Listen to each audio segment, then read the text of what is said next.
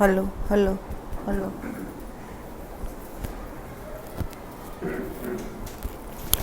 Hello hello.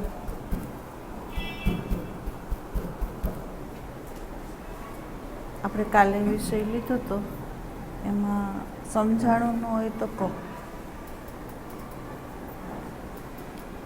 કાલે આપણે વિષય જે લીધો તો એમાં સમજાયું છે બરાબર બધાને?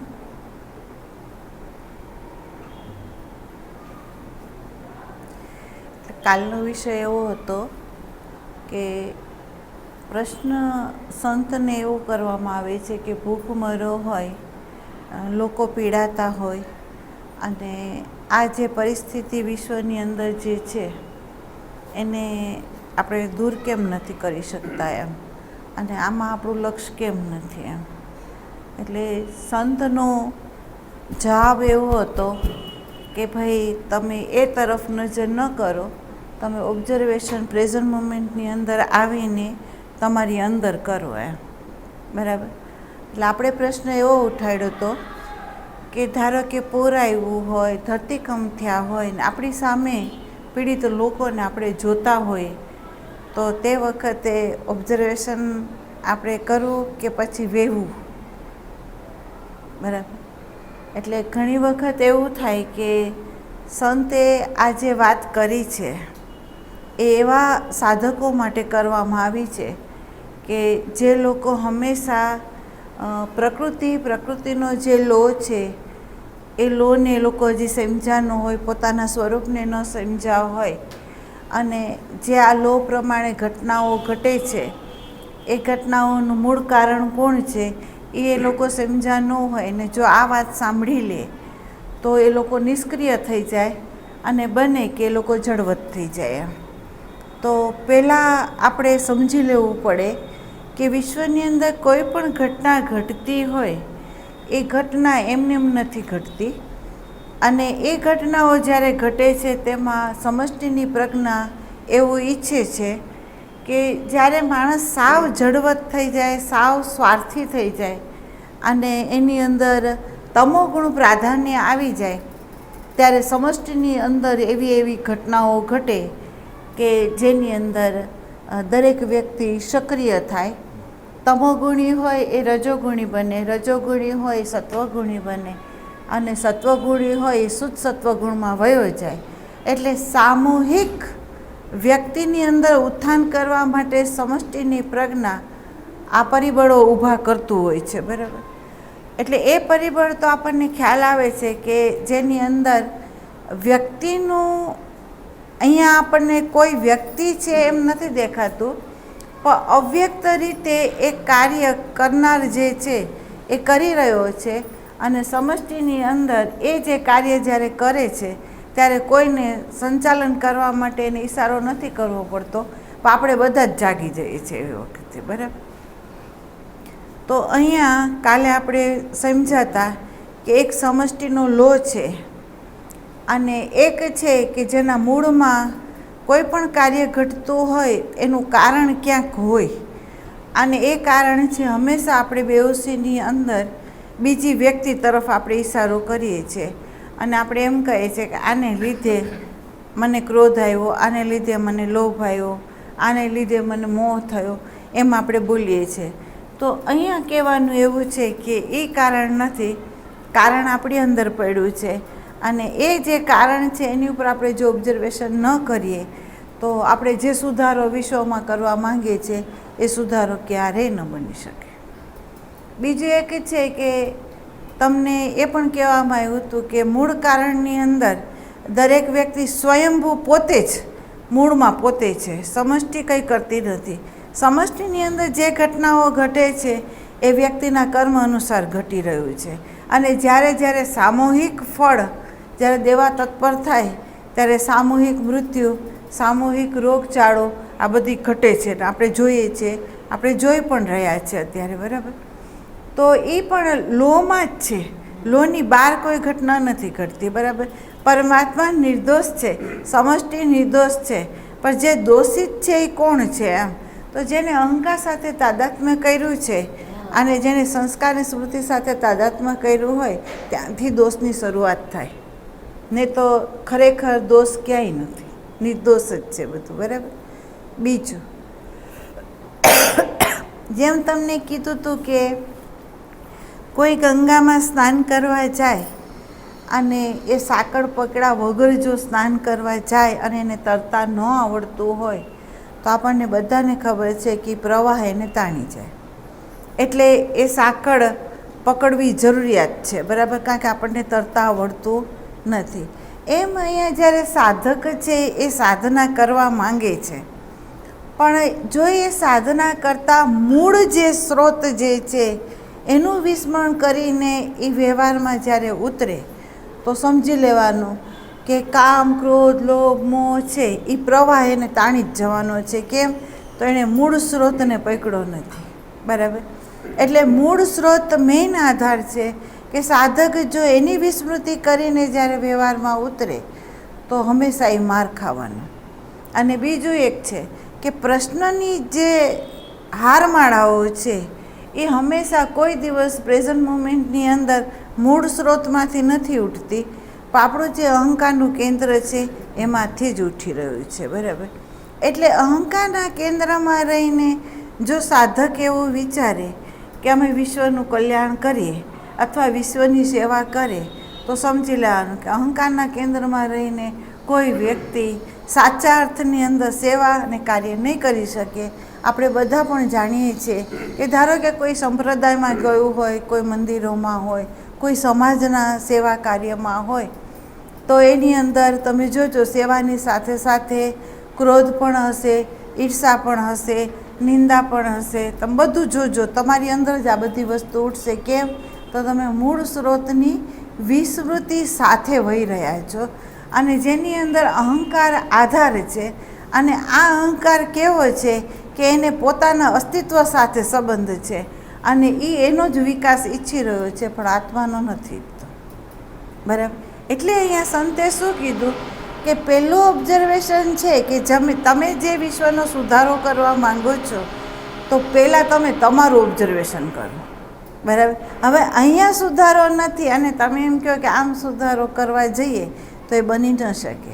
એટલે તમને પોતાને ઘણીવાર કહેવામાં આવ્યું છે કે સાધક સત્સંગ કરતો હોય અને એક વ્યક્તિ સત્સંગમાં આવે, ચાહે લેડીઝ આવે કાંઈ જેન્ટ્સ આવે, પણ જો એ સત્સંગ લીધા પછી એના ઘરની અંદર ગયા પછી એનો વ્યવહાર જો એવો ને એવો રહેતો હોય તો ઘરની કોઈ વ્યક્તિને સત્સંગમાં આવવાની ઈચ્છા ન થાય. પણ જો એનો વ્યવહારમાં સુધારો થઈ જતો હોય અને એના વ્યવહારની અંદર પ્રેમ સહિત વહેવાતી સંવાદિતા સાથે જો એનું વહેવું હોય તો બીજી વ્યક્તિ એમ તરત પૂછશે કે તમે ક્યાં જાઓ છો? અમારે જવું છે, બરાબર.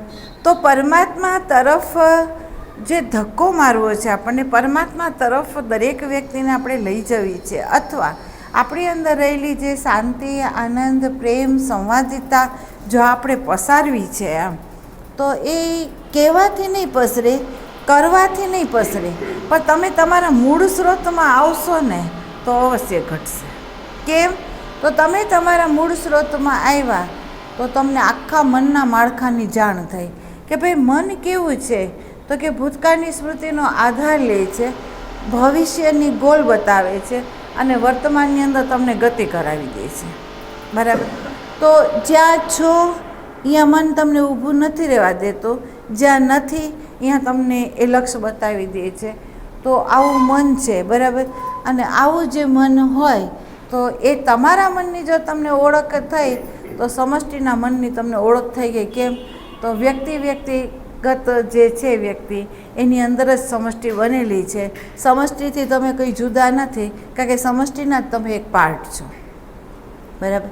તો હવે તમારા મનનો જો તમે સુધારો ન કરી શકતા હોય તો બીજાના મનનો આપણે સુધારો કેવી રીતે કરી શકીએ, બરાબર. એટલે એણે અહીંયા ભારે મૂક્યો કે પહેલું ઓબ્ઝર્વેશન તમે તમારું જ કરો, બરાબર. બીજું એણે એમ કહ્યું છે કે જેમ તમે તમારા સ્વ સ્વરૂપની અંદર જેમ જેમ જેમ જેમ તમે સ્થિત થતા જશો તેમ તેમ તમારો અહંકાર છે એની સાથેનું જે તાદાત્મ્યપણું છે એ તૂટતું જશે, બરાબર.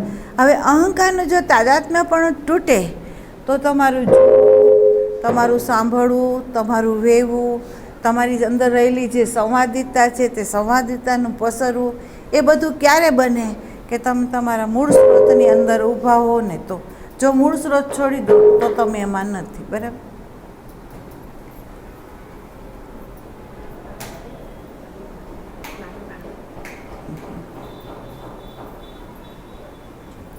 એટલે કહેવાનો ભાવ શું છે કે અહીંયા એનો ભાર છે વર્તમાનમાં આવો, તમારા જે સ્વરૂપ છે એની તમે વિસ્મૃતિ કરી બેઠા છો તો એની સ્મૃતિ કરો અને એની સ્મૃતિની સાથે તમે સ્થિર થાઓ અને સ્થિર થયા પછી એ જ જે આપોઆપ જે આપણો પોતાનો જે સ્વયંભૂ જે પ્રકાશ છે, સ્વયંભૂ જે બોધ છે, સ્વયંભૂ જે પ્રેમ છે, સ્વયંભૂ જે આનંદ છે એ સંવાદિતા સાથે વેસે. બરાબર. હવે એ જ્યારે વેસે ને ત્યારે તમારે લોકોને ઉપદેશ આપવાનો નથી, તમારું જે વેવું છે ને એ જ બીજાને બોધ આપશે. તમે જોજો નાના નાના બાળકો હોય અને મા બાપો જે વ્યવહાર કરતા હોય, બાળકો એમટી છે એટલે એ સીધું ગ્રહણ કરે છે. બરાબર. અને સીધું ગ્રહણ કરે છે અને પછી સમય આવે ને ત્યારે એ લોકો એવો વ્યવહાર કરે છે. આ બતાવે છે કે એ બાળકોને આપણે કાંઈ નથી કીધું, પણ આપણે જે વ્યવહાર કર્યો છે એ એણે જોયો છે અને એ જોયા પછી એનું અનુસરણ કર્યું છે. બરાબર. એમ જીવન મુક્ત જે સંત છે એની કરુણા, એની પ્રશાંતિ જે છે એ વહે છે.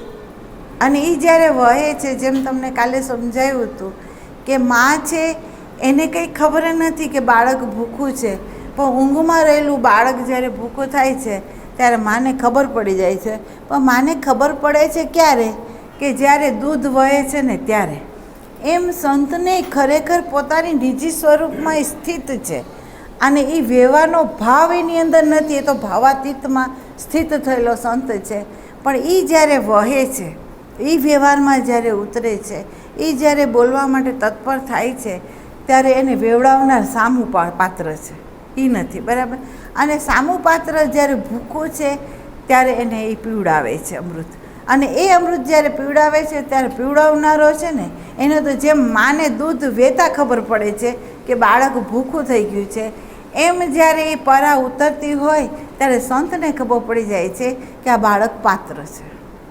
બરાબર. એટલે એની અંદર સંત એ નિષ્ક્રિય છે અને એ નિષ્ક્રિયતાની અંદરથી જે પ્રવાહ જ્યારે નીકળે છે ને ત્યારે તમારી અંદર જે આમૂલ પરિવર્તન જે આવે છે એ તમને નથી ખબર પડતી અને સંતે અંદર કરવાપણાના ભાવમાં નથી, એટલે ઘટના ઘટે છે. બરાબર. તો અહીંયા આ સંતે એમ કહ્યું છે કે જો તમે તમારા પ્રેઝન્ટ મુમેન્ટની અંદર આવી જાઓ અને તમે જે અત્યારે પ્રશ્ન કર્યો છે એ પ્રશ્ન જ રહેશે નહીં.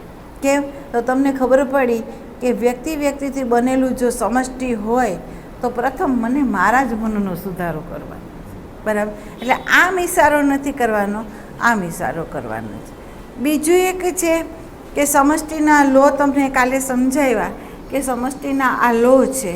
હવે એ લોની અંદર દરેક વ્યક્તિના કર્મ અનુસાર એના ફળો છે. એમાં તમે કાંઈ સુધારો ન કરી શકો, એને દ્રષ્ટિ આપી શકો. એને તમે દ્રષ્ટિ એવી આપી શકો કે જે દ્રષ્ટિના આધારે એ સાચા અર્થની અંદર જીવન જીવે. ભલે પ્રારબ્ધ હોય, એનું એને ફળ મળતું હોય, પણ એ ફળની અંદર એની ફરિયાદી ના હોય.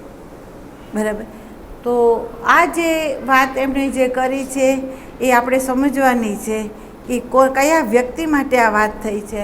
તો એનો આ આન્સર જે છે એવી વ્યક્તિ માટે છે કે જેણે એ સ્થિતિની અંદર એણે પોતાની અંદર જે આવરણો છે એણે હટાવ્યા છે અને જેણે આવરણ હટાવ્યા છે એણે પોતાના મનને જાણ્યું છે, સમષ્ટિના લોને જાણ્યું છે, સ્વરૂપ શું છે એનો એને બોધ થયો છે. એ બોધ થયો છે તો એ વ્યક્તિ એમ નહીં કહે કે તમે જગતને સુધારો, એ નહીં કહે. એટલે સંતો જે વહી રહ્યા છે, સંતો જે વ્યવહાર કરી રહ્યા છે, સંતો જે કાર્ય કરાવી રહ્યા છે એની અંદર જીવન મુક્ત સંતને તમે ક્યારે એવા હાથ ઉપર નહીં લઈ આવો, એવી દ્રષ્ટિ સાથે એને નહીં લઈ આવો કે ભાઈ સંત આ જે કરી રહ્યો છે એને તો કુદરત કરાવી રહ્યો છે. બરાબર. અને સાચા જે સંતો છે એ પોતે કરતા જ નથી, એ નિર્લેપ જ છે અંદર. અને નિર્લેપ છે એની સાબિતી શું? તો તમે ત્યાં જશો તો એની અંતર જે સ્થિતિ છે એનો અનુભવ તમારા અંતઃકરણમાં થશે ને થશે. બરાબર. બીજું એક છે કે બે રીતે વહેતો સંતો હોય, એની કરુણા બધા રૂપોમાં કરુણા જ છે, પણ આપણી દૃષ્ટિ સામાજિક છે, એટલે સામાજિક દૃષ્ટિથી આપણે સંતને જોતા હોઈએ છીએ, એને વિચારતા હોઈએ છીએ, એને એ દૃષ્ટિકોણે આપણે આપણા એના સરખામણી કરતા હોઈએ છીએ. તો અહીંયા એ રીતે સંતને ઓળખવાનું નથી. સંતને તમારી દૃષ્ટિથી તમે ઓળખો, પણ કઈ દૃષ્ટિ?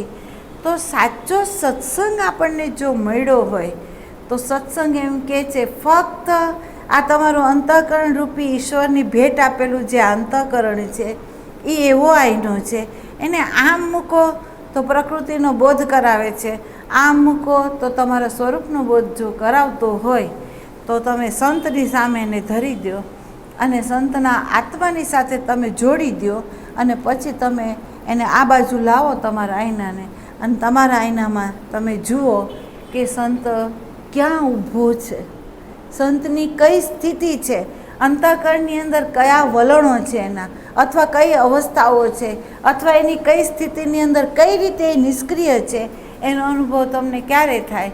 તો તમે તમારા આઈનામાં તમારી દૃષ્ટિથી જુઓ તો. બરાબર. અત્યાર સુધી આપણે સમાજને, વ્યક્તિને, સંતને, ઈશ્વરને આપણે કઈ દૃષ્ટિથી જોયું છે?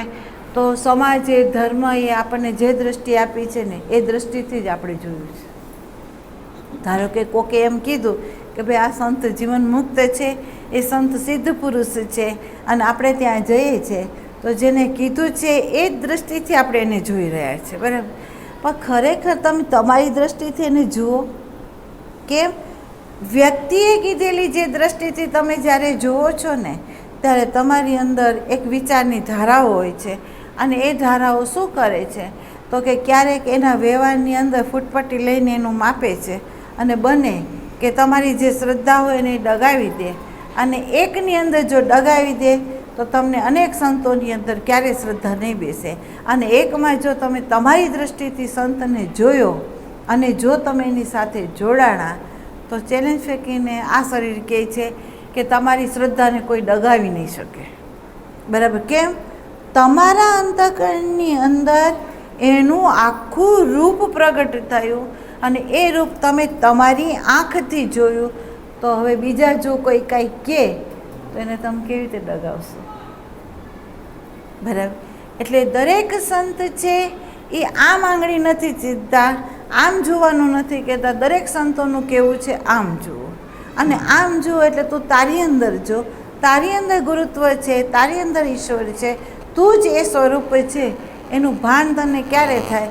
તો એની આડેના જે આવરણ છે એનું તમને બોધ થાય તો જ તમને એનું ભાન થાય, ને તો ના થાય. બરાબર. એટલે હવે જોજો, આખું રામાયણ છે એમાં રામને જ સમજી લેજો કે રામ છે એ મૂળ સ્ત્રોતને છોડ્યા વગર બધા વ્યવહાર કર્યા, અને બધા વ્યવહારની અંદર એણે બધા રોલ જે ભજવાય છે એ સમાજની દૃષ્ટિકોણે કોઈ એમ ન કહી શકે કે આ સંસારી નથી. એણે બધા જે વ્યક્તિઓ જેણે જેણે જોયા એને એ સંસારી જ દેખાણા છે. કેમ? તો એનો બહારનો રોલ આબેહૂબ છે. બરાબર. પણ આંતર રોલ, એની મર્યાદા જુઓ કે એણે અધ્યાત્મને વ્યવહારની અંદર પ્રવેશ કરાવીને એમ નથી કીધું હું નિષ્ક્રિય છું, અસંગ છું, આની સાથે મને સુખ નથી, દુઃખ નથી, એમ ક્યારેય નથી કીધું. આની સાથે મારો કોઈ સંબંધ નથી, એમ પણ નથી કીધું. બરાબર. હું રાજા છું તો એ રાજા તરીકેનો મારો જે લો લાગુ પડે છે એ મારામાં નથી, એમ એણે ક્યારેય નથી કીધું. એણે બધું ભજ્યું. બરાબર. અને જે જોનારા હતા એને સાચે સાચો રાજા જ દેખાણો છે, પત્નીને પતિ દેખાણો, બાળકોને બાપ દેખાણો, અને રાજના જેટલા લોકો હતા એને એનો રાજા દેખાણો છે, માને એનો બાળક દેખાણો, પણ એને ભગવાન ક્યારેય નથી દેખાણો. બરાબર. પણ એનું અધ્યાત્મ જે છે એ અંતઃકરણની અંદર પરિપૂર્ણ રીતે પ્રગટ થયેલું હતું કે જેની અંદર એ સ્થિત થઈને આ રોલ ભજવતા હતા. એટલે આ બે હૂબ ભજવી શકાય છે. અને એ રોલની અંદર તમે જુઓ તો સંવાદિતા હતી, અને એ સંવાદિતાની અંદર ક્યાંય આખું રામાયણ તમે જુઓ તો રામના વ્યવહારની અંદર વિસંવાદ તમને ક્યાંય જોવા નહીં મળે. એણે જો રાવણની સાથે શત્રુતા સાથે એણે યુદ્ધ કર્યું, પણ છતાં એની શત્રુતા જે છે ને એની અંદર પ્રગટ નથી થઈ, પ્રેમ જ પ્રગટ થયો છે, કરુણા જ પ્રગટ થઈ છે. બરાબર. તો રામાયણની અંદર જે રામ છે એ બતાવે છે કે મૂળ સ્ત્રોતમાં રહીને વ્યવહાર કેમ કરવો અને આ પરિધિમાંથી કેવી રીતે મુક્ત થઈ જવું ને એ આપણને રામ બતાવે છે. બરાબર. તો આ સંત એમ કહે છે કંઈ બહારથી કરવાનું નથી, કંઈ બહારથી કરવાનું નથી, બહારથી ભગવો પહેરવાનો નથી, બહારથી સંગે છોડવાનો નથી, જે છોડવાનો છે એ અંદરથી છોડવાનો છે. અને અંદરથી કોની સાથે સંગ છોડવાનો એ કે તમે અહંકારનો ત્યાગ કરી દો ને એ તમે સંન્યાસી જ છો. અહંકારનો તમે ત્યાગ કરી દો તો તમે સંન્યાસી. સંન્યાસીનો અર્થ થાય છે સંકલ્પ વિકલ્પ રહિતની જે સ્થિતિ એ આપણી અંદર ક્યારે આવે. આમ તો આપણે અહંકારનો ત્યાગ કરી દઈએ તો હવે સંકલ્પ કયા ઉઠે આપણા? કોના માટે ઉઠે? મન કહો, કોના માટે? બીજું એ કે છે કઈ એવી દ્રષ્ટિ હોય કે જેણે અહંકારનો ત્યાગ કર્યો હોય અને એ દ્રષ્ટિની અંદર રાગ દ્વેષ હોય અથવા દ્વૈતપણું હોય તો આપણે કહીએ છીએ કે અહંકારનો જેણે ત્યાગ કર્યો છે એની દ્રષ્ટિ જ નિર્મળ છે, એની દ્રષ્ટિ પ્રેમમય છે.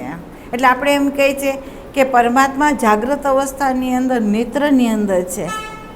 આપણે શું કહીએ છીએ કે જાગ્રત અવસ્થાની અંદર પરમાત્માનું વિશેષ જે સ્વરૂપ છે એ નેત્રમાં છે. આમ અને આપણે એ જો નેત્રની અંદર પરમાત્માને ઝાંકવો હોય તો આપણે એમ કહીએ છીએ કે સંતોની આંખમાં ઝાંકી લો. કેમ? તો કે સંતોની આંખમાં વિશેષ રૂપે પરમાત્માનું અસ્તિત્વ છે અને એ કરુણા અને પ્રેમ સાથે જોઈ રહ્યો છે, વહી રહ્યો છે, આંખથી વહી રહ્યો છે. જુઓ તો બરાબર. તો એ કરુણા છે, એ પ્રેમ છે જે આંખથી વહી રહ્યું છે. બરાબર. તો એ બતાવે કોણ? એમ તો કે એનો વ્યવહાર છે ને એ આપણને બતાવે. એમ તો રામનો વ્યવહાર બતાવે છે કે અધ્યાત્મની વિસ્મૃતિ કર્યા વગર હું વયો છું અને અધ્યાત્મની વિસ્મૃતિ વગર હું જ્યારે વયો છું ત્યારે જંગલ હોય કે રાજ હોય એમાં મને કોઈ ભેદ પડ્યો નથી. કેમ? તો કે માતા કૈકેયી પ્રત્યેનો એટલો જ પ્રેમ રહ્યો છે. કેમ? તો કે એનો એ પ્રેમે જ મને ભગવાનનું પદ આપ્યું. જો એ પ્રેમ ન હોત તો મને કૌશલ્યાએ ભગવાનનું પદ નથી આપ્યું, પણ કૈકેયી માતાએ મને ભગવાનનું પદ આપ્યું છે તો હું પ્રથમ વંદન એને કરું. એ મારી મા છે. બરાબર. એટલે કે જે સાધક હોય એ ગુરુના પ્રેમને જો પરખી શકે તો એને ખ્યાલ આવે કે ગુરુની કરુણા છે એ ક્રોધમાંય છે, ગુરુની કરુણા છે એ વ્યવહારમાંય છે, ગુરુની કરુણા છે એ દૃષ્ટિમાં પણ છે અને કદાચ કસોટીને ચાકડે ચડાવે ને તો એ એની કરુણા જ છે. બરાબર. પણ આવી દૃષ્ટિ આપણી અંદર આવે ક્યારે? તો કે આપણે મૂળ સ્ત્રોતની વિસ્મૃતિ ન કરીએ ને તો આપણને ખબર પડે કે સમષ્ટિ છે, સમષ્ટિની સાથે ગુરુત્વ છે અને ગુરુત્વની સાથે આપણી પોતાની આત્મદૃષ્ટિ છે. અને આ દૃષ્ટિથી જ્યારે આપણે જોઈએ છીએ ત્યારે પ્રકૃતિ નિર્દોષ લાગે છે. પ્રકૃતિ જે રીતે પ્રસંગ ઘડે છે એ પ્રસંગની અંદર આપણો વિકાસ થાય છે એનોય આપણને બોધ થાય છે અને આપણને એ ખ્યાલ આવે છે કે આપણી અંદર રહેલા જે વાસનાના બીજો છે એ કેવી રીતે પ્રસંગના માધ્યમ દ્વારા અંકુર ફોડે છે અને આપણે એમાં નિષ્ક્રિય થઈને કેવી રીતે એને ખેરવીએ છીએ. આ બધું જ્ઞાન જે છે એ આપણને થઈ જાય છે અને આપણને ત્યારે ખ્યાલ આવે છે કે અહોભાવ ગુરુ પ્રત્યે એવા સાધકોને થાય કે જેને ખબર પડે કે એક એક બીજ ખેરવતો હોય ત્યારે એ અહોભાવ ગુરુ પ્રત્યે એમ લાવે કે જો પરમાત્મા તે આ ઘટના ન ઘટાડી હોત તો મારી અંદર રહેલો આ કામ છે, મારી અંદર રહેલો જે આ ક્રોધ છે એ કેવી રીતે નીકળત એમ અને મારો જે આત્મા તરફની જે ગતિ છે એ કેવી રીતે થતે એમ. તો આ પ્રસંગ ઘડાયો તો મને અંદર થયું. બીજું એક છે સંબંધમાં ઘણી વખત આપણે એવા શબ્દો ઉચ્ચારીએ છીએ કે ભાઈ સંબંધની અંદર કાંઈ મળે એમ નથી. આપણે એમ બોલીએ છીએ સંબંધની અંદર કાંઈ મળે એમ નથી, પ્રકૃતિના ઐશ્વર્યની અંદર આપણને કંઈ મળે એમ નથી એમ આપણે કહીએ છીએ. પણ આ શરીર એમ કહે છે એમાંથી જ મળે છે. કેમ? તો સંબંધે આપણા અહંકારને વ્યર્થ સિદ્ધ કર્યો. સંબંધે શું કર્યું? તો તો આપણો જે અહંકાર છે, જે અહંકારની અંદર રાગ છે, દ્વેષ છે, કામ છે, ક્રોધ છે, લોભ છે, મોહ છે, આ બધા જે પરિબળોનો બનેલો જે અહંકાર છે એને અત્યારે આપણે અજ્ઞાન કાળે એને આપણે મૂલ્ય આપી રહ્યા છીએ, બરાબર. અને અજ્ઞાન કાળે આપણે એને જ પોષી રહ્યા છે અને અત્યારે આપણને જ્ઞાન નથી. પણ જ્યારે ગુરુમુખેથી આપણને સત્સંગ મળે અને આપણી વૃત્તિ સતનો જ્યારે સંગ કરે ત્યારે એને ખબર પડે કે આ અહંકારની વ્યર્થતાને સિદ્ધ કરાવે છે કોણ? તો કે આ વ્યવહારની અંદર સંબંધો છે ને એ આપણા રાગને તોડાવે છે, સંબંધો છે એ વ્યર્થતાને સિદ્ધ કરાવે છે કે ભાઈ આ કાચા તાતડાના સંબંધો છે, હું જે માનું છું એ નથી એમ, બરાબર. તો એ એને ખબર પડાવે છે. પ્રકૃતિનું જે ઐશ્વર્ય છે એ ઐશ્વર્ય કેવું છે? તો કે બાયોલોજીકલ શરીર દૃષ્ટિકોણે એની આવશ્યકતા છે, આત્મદૃષ્ટિકોણે આપણે જોઈએ તો આ જ જો વ્યર્થ થઈ જતું હોય તો પેલું વ્યર્થ થઈ જાય છે, બરાબર. એટલે એની ઉપયોગિતા જાણે કોણ? તો કે જો અધૂરો ઘડો હોય, કાચું જ્ઞાન હોય તો એ પૈસાને ફેંકે છે, કાચું જ્ઞાન હોય તો સંબંધને તોડે છે, કાચું જ્ઞાન હોય એ ઘર છોડી દે છે. પણ જેને સાચું જ્ઞાન મળ્યું છે એ આ કાંઈ નથી કરતું. એ કરે છે શું? તો એની અંદર એનું ઓબ્ઝર્વેશન છે, એટલે એ ઓબ્ઝર્વેશનને લીધે એ કરે છે શું? તો મૂળ ઘરમાં આવે છે, આત્માના ઘરમાં આવે છે, અહંકારના ઘરને છોડે છે, બરાબર. આને જો એને સાચો સત્સંગ હોય તો એને સંગ બહારની લોકોને સાથે છોડવાનું નથી. જગત ઊભું છે તમારા અહંકારની સાથે અને અહીંયા એ જ અહંકારનો એ સંગ છોડી દે છે. તો મૂળ સાથે જેમ વૃક્ષ આખું પડી જાય એમ મૂળ સાથે તમારા અહંકારની સાથે જ જગતરૂપી જે વૃક્ષ છે ને એ આપોઆપ ખરી જાય છે, બરાબર. અહીંયા કંઈ કરવાનું નથી. જો અહીંયા કંઈ કરવાનું નથી, ફક્ત સંત જે દૃષ્ટિ આપે છે અને એ દૃષ્ટિ લઈને મૂળ સ્ત્રોતમાં રહીને આ અહંકારને જોઈ લેવાનું. આપણે જગતને નથી જોવાનું.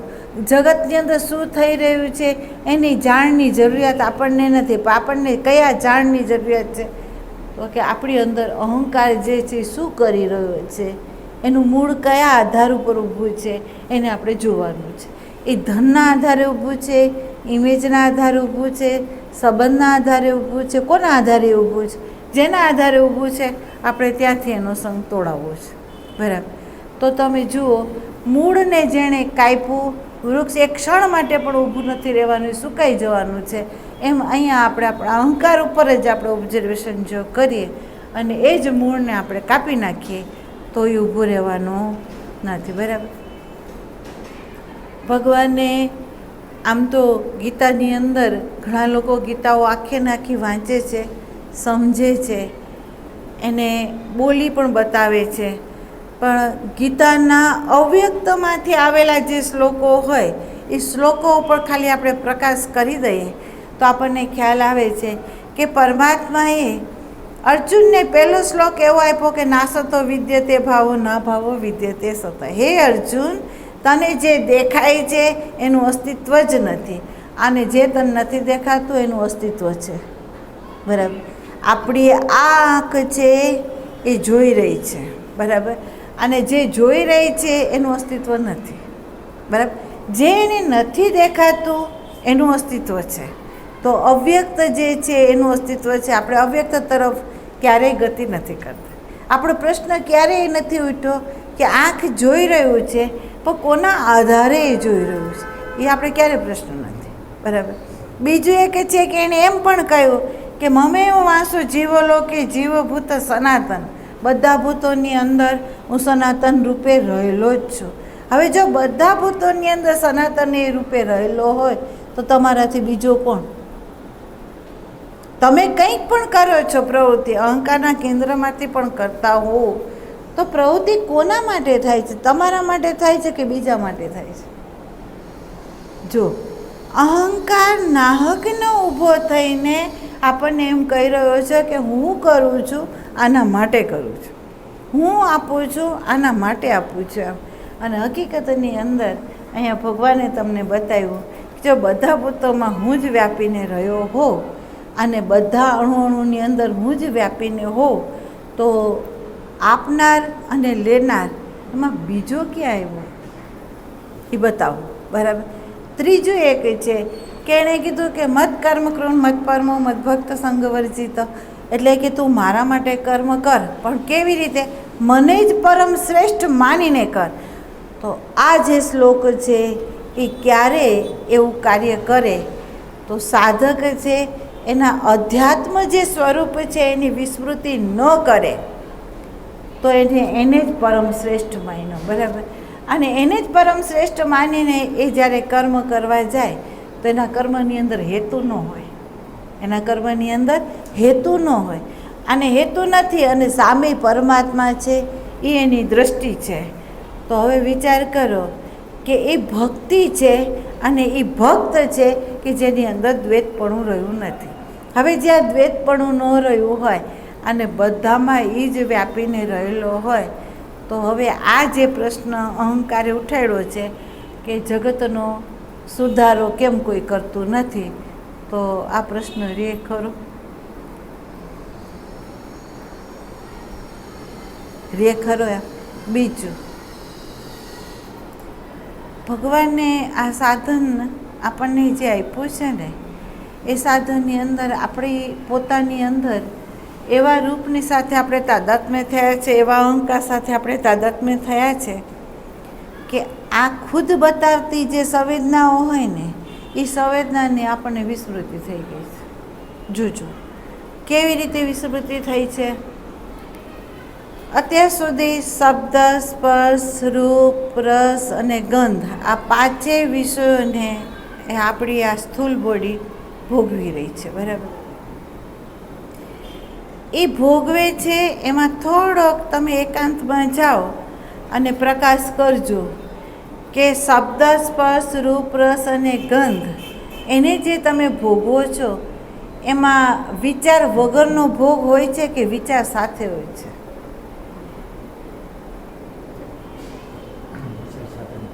કેવી રીતે?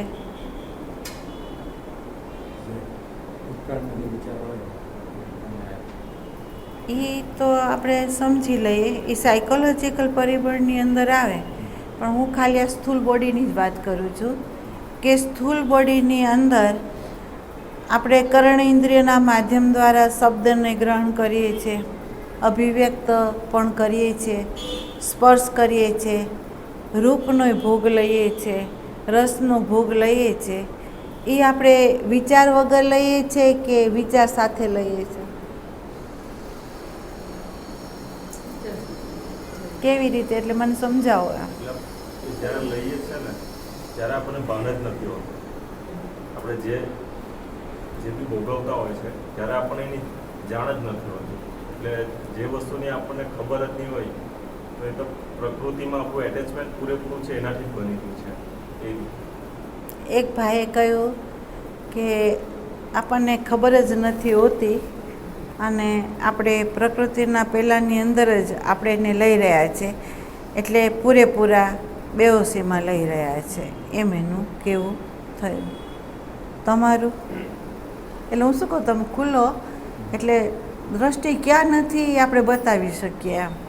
હા, સંસ્કારો પડેલા છે, સંસ્કારની સ્મૃતિ આવે છે, એના થકી વિચાર કરીને એ ભોગનો. તો એ આ ભાઈએ જવાબ કીધો, એને જવાબ મળતો આવ્યો. ભૂખ લાગી છે અને જમવું એ સ્વાભાવિક છે, પણ આપણે વિચાર મારે આ ખાવું છે, મને આ બીજી વાર મળે એવી આપણે ઈચ્છા કરીએ છીએ. એ વિચાર જ થયો. એની તો ભૂખ લાગી છે, સહજ જે હોય તો આપણે એને આપી દઈએ તો તે પ્રાકૃતિક છે. તો અત્યારે આપણો બધાનો ભોગ કઈ રીતે છે? વિચારના મતલબ. હા, જો હવે સાંભળજો. ભગવાનને આપણને આ ઇન્દ્રિયો આપી છે બધી, એ ખરેખર આપણે એમ કહીએ ને તો આની જે આવશ્યકતા છે વ્યવહારમાં, આની જે આવશ્યકતા છે એના માટે જ આપી છે. બરાબર. હવે તમે જોજો, આપણે વિચારના માધ્યમ દ્વારા શબ્દને ગ્રહણ કરીએ છીએ. જોજો કેવી રીતે. હવે આપણને અત્યારે કોઈ વ્યવહાર નથી, કોઈ શબ્દ આપણી સામે અત્યારે નથી, તો આપણે શું કરીએ છીએ કે આપણો જે ખાલીપો છે અને શબ્દ પ્રત્યેની આપણી આસક્તિ છે તો આપણે શું કરીએ છીએ? કાં તો ફોન લઈને બેસી જાય, કાં તો આજુબાજુમાં જઈને બેસી જાય. આપણે ખાલીપો ભરવા માટે કાં ટીવી ચાલુ કરીએ, કાં પેપર લઈ લઈએ, કાં શાસ્ત્ર લઈ લઈએ, કાં સત્સંગમાં વયા જઈએ, કાં બીજી વાતોની અંદર આપણે આવી જઈએ, કાં કોઈની જોડે બેસીને ગપ્પા સપ્પા કરીએ. તો અહીંયા એમ કહે છે અહીંયા બાયોલોજિકલ આવશ્યકતા નથી, જરૂર નથી આની, અને છતાં આપણે શબ્દનો ઉચ્ચાર અને શબ્દનું શ્રવણ આપણે વિચારના માધ્યમ દ્વારા આપણો જે ખાલીપો છે એને આપણે ભરી રહ્યા છે, અને એ આપણને ભાન નથી કે આપણે આપણી ઉર્જાનો વ્યય કરી રહ્યા છે. બરાબર? એટલે અત્યારે આની જે જરૂરિયાત છે એની ઉપરાંત આપણે વિચારથી વધારે છીએ. જો ધારો કે જોવું, સાંભળવું, બોલવું, ખાવું, ધારો કે આપણે પેટ ભરાયેલું છે અને આપણે મનગમતી વાનગી આપણી સામે આવી એટલે તરત આપણે ગ્રહણ કર્યું, ખરેખર આની જરૂર નથી. બરાબર? એટલે આપણી એટલે હદ સુધી જો મશીન એને કહેવાય, સંસ્કાર તરફથી જે થતી ગતિ એને કહેવાય કે જેને જરૂરિયાત પડી અને એ એમાં વયું ગયું અને એણે આને ગ્રહણ કરી લીધું. બરાબર? ધારો કે અતિ ભૂખ લાગી તો આપણને તરત એમ કહે ભાઈ હવે મારી બોડીને ખાવાનું જોશે એટલે તમે એને ભોગ આપી દો. બરાબર? તો આપણે લઈ લઈએ છીએ. બરાબર? પણ ધરાયા પછી જે ગ્રહણ કરીએ છીએ એ આપણી વાસના છે. બરાબર? તો આ વાસના ઓળખાય છે, આ તમને ખ્યાલ આવે છે કે આ બોડીની જરૂરિયાત કેટલી છે અને એની ઉપરાંત મારું વહેવું કેટલું છે. બરાબર? બેહોશી અહીંથી છે, આપણી જાગરણ અહીંથી નથી. બરાબર? હવે અહીંથી આપણે જાગરણ કરીએ તો આપણને ખબર પડે છે કે શબ્દ, સ્પર્શ, રૂપ, રસ અને ગંધ એની અંદર આપણો અહંકારનું અસ્તિત્વ છે, અને આ અહંકાર પોતાની વાસના અનુસાર ગતિ કરે છે અને વિચારથી કરી રહ્યું છે. બરાબર? પહેલો સ્ટોપ છે, પહેલી બ્રેક છે એ લાગશે ક્યાંથી? વિચારથી. તમારું જે વહેવું હોય ને અહીંયાથી તમને લાગી જશે. બરાબર? કે ભાઈ આ વિચારની જરૂર નથી મને, અહીંયા આને અત્યારે મારો સમય જે છે મારી અંદર ડૂબવાનો છે, મારે આની જોડે બેસીને ગપ્પા સપ્પા કરવાની જરૂર નથી. બરાબર? એટલે જે વ્યક્તિને પોતાના આત્મા પ્રત્યે પ્રીતિ થઈ તો એ પ્રેમ જ એને બતાવશે કે એની આડે અવરોધ આવતો આ જે વિચાર છે, જે ભોગમાં લઈ જાય છે, એનો એ સંગ છોડી દેશે. આની જેટલી આવશ્યકતા હશે એટલું જ એ ગ્રહણ કરશે. બરાબર?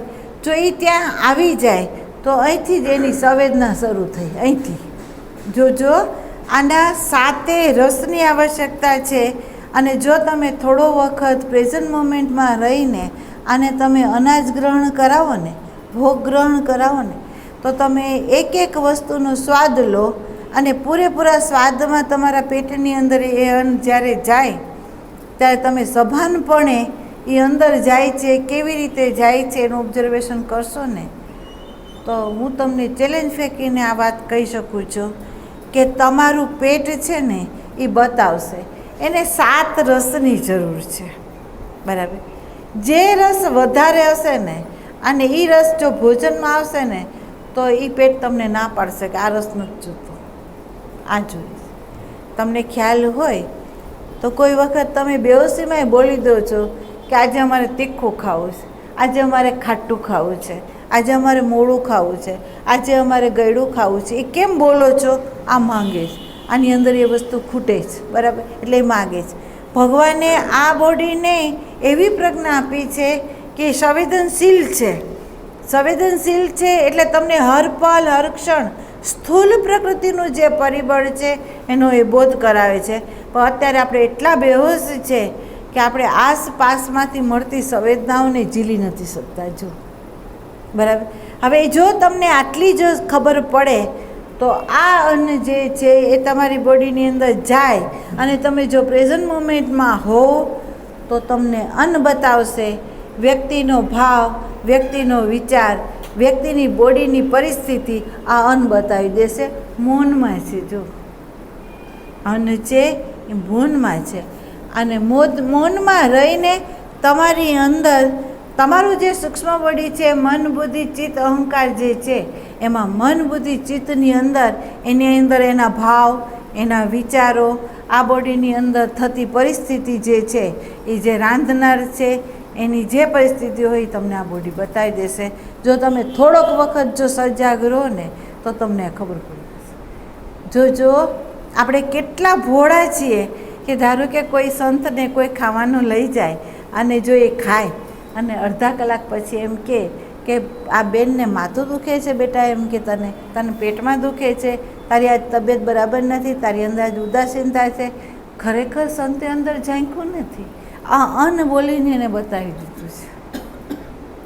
આ અને એને બતાવી દીધું છે કેમ તો એ પૂરેપૂરો સમગ્રતાથી પ્રેઝન્ટ મોમેન્ટમાં છે. એમાં એનો ચમત્કાર નથી, પ્રેઝન્ટ મોમેન્ટમાં છે.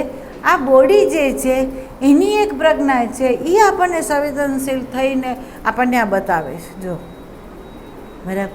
બીજું કે આપણું જે ચિત્ત છે એ એવું છે કે જેની સાથે જોડાય એ એવા આકારે બની જાય, એવી અવસ્થાઓ, એવા તરંગો હોય, એવા તરંગોને પ્રગટ કરીને આપણને બતાવી દે. બરાબર. જેની સાથે જોડો એ જેવો હોય ને એવું એ બતાવે છે. બરાબર. તો આવું જે સાધન છે એ જ મશીન એવું આપણને આપ્યું છે જેમાં શાસ્ત્રની જરૂર નથી. આ જ શાસ્ત્ર ખોલીને મૂકે છે આપણી સામે. આપણું જે અંતઃકરણ છે એ શાસ્ત્ર ખોલીને મૂકે છે અને આપણને એમ કહે છે કે આ વ્યક્તિની અંદર અત્યારે આ ભાવ છે, આ વ્યક્તિની અંદર અત્યારે આ વિચારો છે, આ વ્યક્તિની અંદર આ શરીરની આ પરિસ્થિતિ છે, એ બતાવી દે છે. બરાબર. એમાં કોઈ ચમત્કાર નથી. ચમત્કાર મોટામાં મોટો આ છે કે એ વ્યક્તિ અહંકારની સાથે જોડાઈ નથી, એ મોટો ચમત્કાર છે. બરાબર. એક અહંકારને છોડતા ભૂતકાળ, ભવિષ્ય અને વર્તમાન એ સમગ્રતાથી તમને દર્શન જોઈ કરાવતો હોય અને તમને બોધ કરાવતું હોય તો એને બીજી વસ્તુનો આધારની જરૂર ન રહે.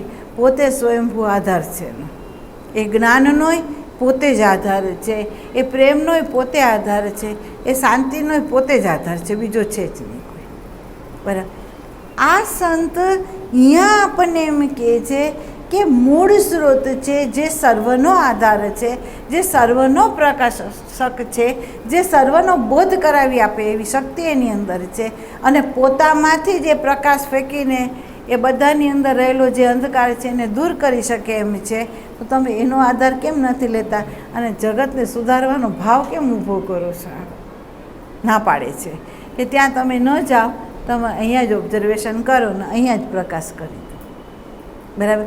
તો તમારે અહંકારની જે રમત છે, સમષ્ટિ અહંકાર જે રમી રહ્યો છે એનોય તમને બોધ થઈ જશે કે ભાઈ એમાં એકનો બોધ, આપણો પોતાનો બોધ થયો, સમષ્ટિનો બોધ થયો. આપણા મનને જાણ્યું, સમષ્ટિના મનને આપણે જાણી લીધું કે ભાઈ બધે આમ જ છે. એમાં તમે એમ નહીં કહી શકો કે આની અંદર આ છે, આની અંદર આ નથી, એમ નહીં કહી શકો.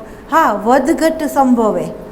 આપણે જેમ કહીએ કે કોઈની અંદર કોઈ રાંધ્યું છે તો કોઈના શાકની અંદર મરચું પ્રાધાન્ય બનતું હોય, તો કોઈના શાકની અંદર મીઠું પ્રાધાન્ય બનતું હોય, તો કોઈના શાકની અંદર હળદર વધારે પ્રાધાન્ય બનતી હોય, તો એમાં ભેદ પડે. પણ વાસ્તવિક જુઓ તો બધાય અંદર મસાલા છે. એમ આપણે એમ કહીએ કે આ મન જે છે, આ અહંકાર છે, એ બધા અહંકારની અંદર કામ, ક્રોધ, લોભ, મોહ, રાગ, દ્વેષ હોય ને હોય. અને તમે કહો કે એમાં ન હોવું જોઈએ, એ તમારો જે પ્રશ્ન છે અને તમારો જે આગ્રહ છે ને એની ઉપર પ્રથમ ચોકડી જ લાગી જાય કે ભાઈ આ હોય. બીજું એક છે બેહોશ જ વ્યક્તિ અસંવાદિતતા આવી શકે, બેહોશ વ્યક્તિ જ અરાજકતા ફેલાવી શકે, બેહોશ વ્યક્તિ જ ખૂન ખરાબા કરી શકે, હોશવાળી ન કરી શકે. બરાબર. આટલું આપણને જો બોધ થાય તો આપણે એ વિષય ઉપરની જે ચર્ચા છે એની ઉપર ચોકડી લાગી છે. બરાબર. તો અહીંયા આપણે આવું. બીજું એક છે કે કરુણા છે એ સ્વાભાવિક વયે છે, એને ક્યાં બ્રેક મારવી છે, ક્યાં ગતિ આપવી છે, એ સ્વયંભૂ જ એ કાર્ય કરી રહ્યું છે. બરાબર. એટલે આપણી સમષ્ટિ ઉપર નજર કરીએ તો આપણને ખબર પડે છે કે એ જ્યાં એને બ્રેક મારવી છે ત્યાં બ્રેક મારે છે, જ્યાં એને ગતિ આપવી છે ત્યાં ગતિ આપે છે. જેમ આપણે કહીએ કે આકાશ, વાયુ, તેજ, જલ, પૃથ્વી છે, એમાં આ ચાર જે ભૂતો છે એની અંદર આપણે જોઈએ કે સંચાલન કરનારો દેખાતો નથી, પણ છતાં એમાં થઈ રહ્યું છે. બરાબર. જ્યાં વાવાઝોડું છે એ જે રીતે એને ગતિ આપવાની છે એ રીતે ગતિ લાગી જ ગઈ છે, બરાબર. અને જ્યાં એને બ્રેક મારવાની છે ત્યાં બ્રેક લાગી જાય છે. અહીંયા આપણે બ્રેક મારવા જતા નથી, ઓટોમેટિક લાગી જાય છે, બરાબર. બીજું એમ કહે છે કે તમને આ વાત એક વખત કરી હતી કે શાંત સાગર હોય અથવા શાંત વહેતું પાણી હોય અથવા શાંત તળાવ હોય અથવા શાંત તમે એમ કહો તો કોઈ ડેમ હોય અને જ્યાં પવન નથી વાતો અને પાણી સ્થિર છે, ગંભીરતાથી સ્થિર છે, બરાબર. અને તોફાની બાળક આવે અને એની અંદર પથ્થરો નાખે તો એની અંદર ઘૂમરી થાય છે. એ ઘૂમરી ખરેખર પાણી સ્વયંભૂ ઊભી કરે છે કે બીજી વ્યક્તિથી ઘૂમરી ઉઠી? બીજી વ્યક્તિથી.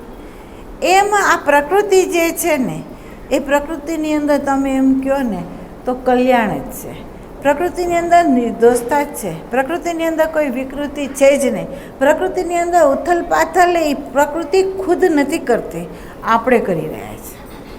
જોજો આને બહુ સમજજો કે એક વ્યક્તિ પણ, જેમ આપણે એમ કહીએ કે એક મા બાપને 4-5 બાળકો હોય એમાં 4 તોફાની હોય, એક શાંત હોય. 4 તોફાની હોય, એક શાંત હોય.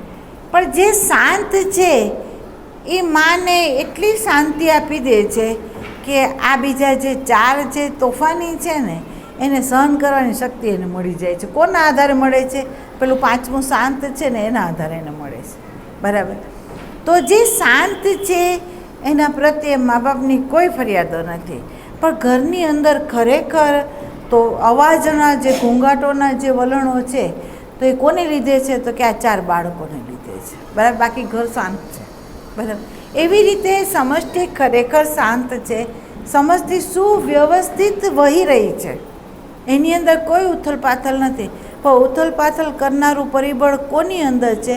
તો કે વ્યક્તિની અંદર જે વિચારો નેગેટિવના છે ને એણે આ કામ કર્યું છે. વ્યક્તિથી કરેલા જે નેગેટિવ વિચારો છે એણે આ કામ કર્યું છે. શું? તે સુવ્યવસ્થિત વહેતી શાંત ધારામાં જે પ્રેમથી વહેતી પ્રકૃતિ હતી એની અંદર આપણે આ વિષ ઘોડીને આપણો એક તરંગ નાખ્યો છે. અને આ તરંગ કેટલે હદ સુધી ખરાબ છે એ તમે સંતોને પૂછો તો એ બતાવશે કે એક મણ દૂધની અંદર જેમ છાશનું એક જ ટીપું કાફી છે, એમ કે છે પ્રગાઢ શાંતિની અંદર આ નેગેટિવ તરંગ છે ને એ એક જ કાફી થઈ જાય છે, એને ડોળી નાખે છે, બરાબર. તો અહીંયા સંતો હંમેશા આપણી આગળ તમને ખબર હોય કે જ્યાં રોજ પ્રાર્થનાઓને એવી થતી હોય તો પ્રાર્થનાની અંદર છેલ્લી પ્રાર્થના એ લોકો એવી કરાવે કે સર્વે સુખીના સંતો સર્વે સંતો નિરામય. પ્રાર્થના કરાવે. શું કરવા કરાવે છે? કે બધાની અંદર અદ્વૈતતાનો ભાવ અને શુભ વિચારને વહેતો રાખવો, વહેતો કરી દેવો એમ.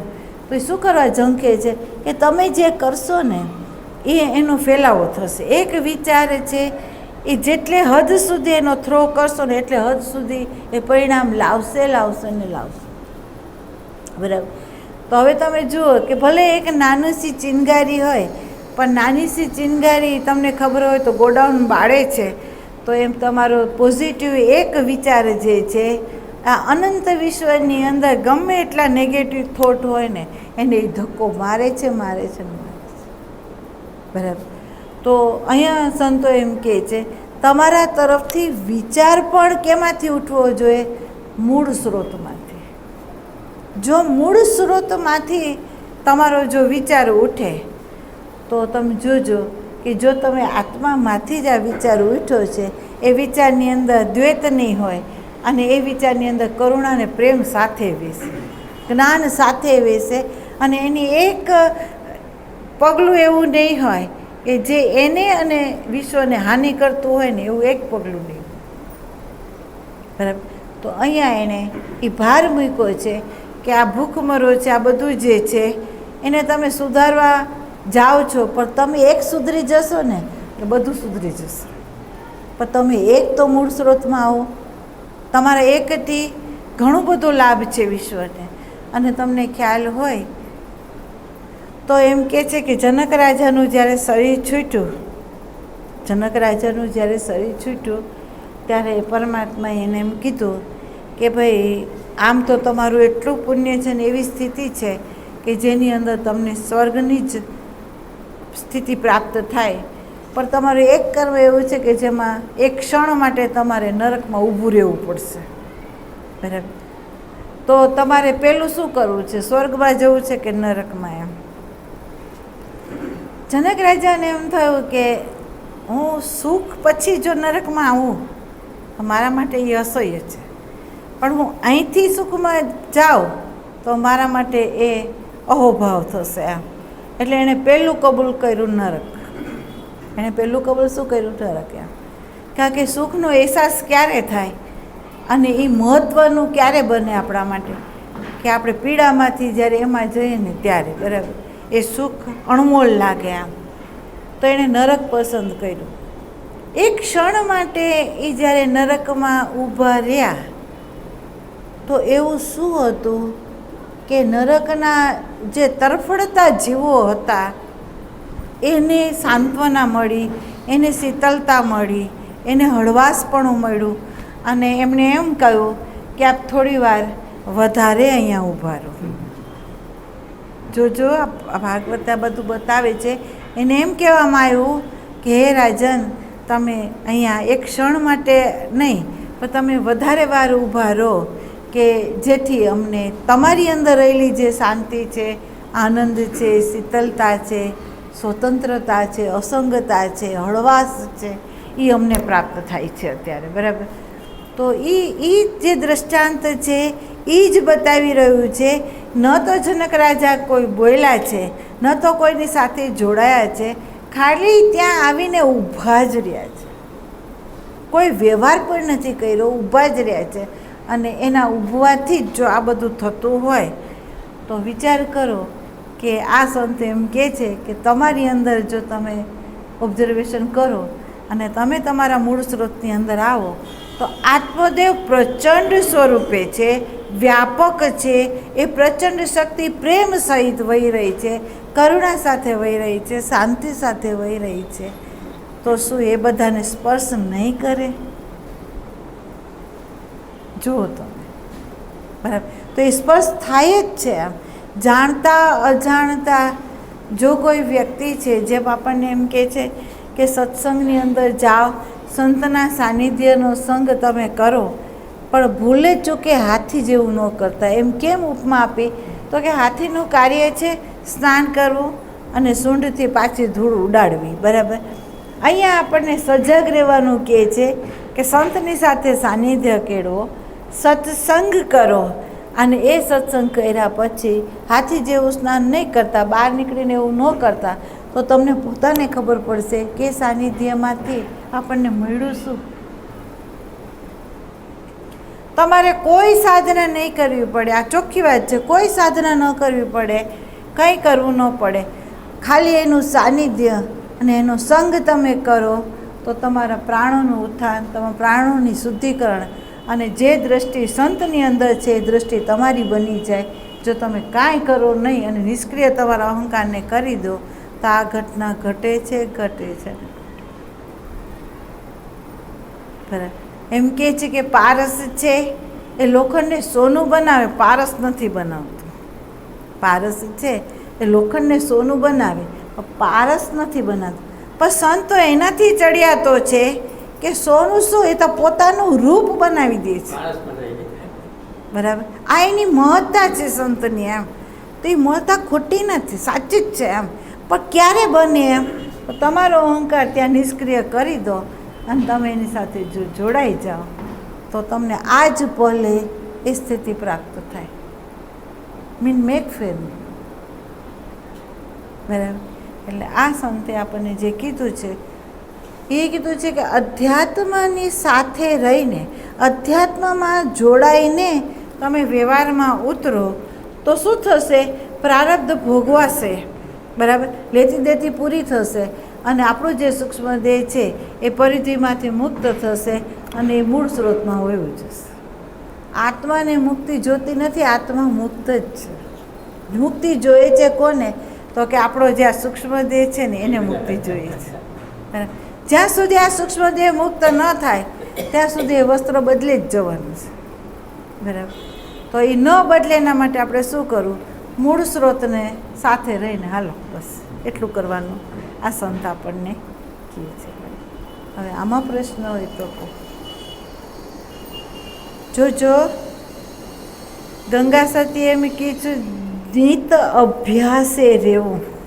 જોજો, એમણે એવું કીધું છે નિત અભ્યાસે રહેવું, કરવો સત્સંગ. નિત અભ્યાસે રહેવું અને કરવું શું? તો કે સતનો સંગ કરવો. તો નિત અભ્યાસ શું કરો?